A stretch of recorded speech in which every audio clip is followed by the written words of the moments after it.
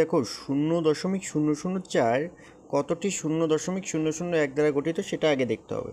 তো 0.004কে যদি আমি নিচে এভাবে লিখি যে 0.001, যেহেতু 0.001 কতটি এক লাগবে সেইটা জানা দরকার, এই জন্য আমরা এখানে 0.001 লিখে নিলাম। তো কয়টি লাগে দেখো তো, 4টি লাগে না, যেহেতু 1 থেকে 4 হলো, তো 4টি লাগে, অর্থাৎ 0.004 হলো 4টি 0.001। তাহলে 0.004 গুণ 7 হলো 4, এই তো যেহেতু 4টা লাগে তাই 4 গুণ 7টি 0.001। তো 4 গুণ 7 করলে কত হয় আমরা সকলেই জানি, 4 গুণ 7 করলে কিন্তু 28 হবে।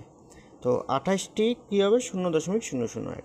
তো 28 গুণ 0.001 করলে কত হয় তোমরা আগের ভিডিওতেই দেখেছো যে দশমিক বাদে আগে আমরা গুণটা করব, 28 একে 28, আর যেহেতু এখানে 1 2 3 অঙ্ক বামে দশমিক, তাহলে এখান থেকেও 1 2 3 হবে।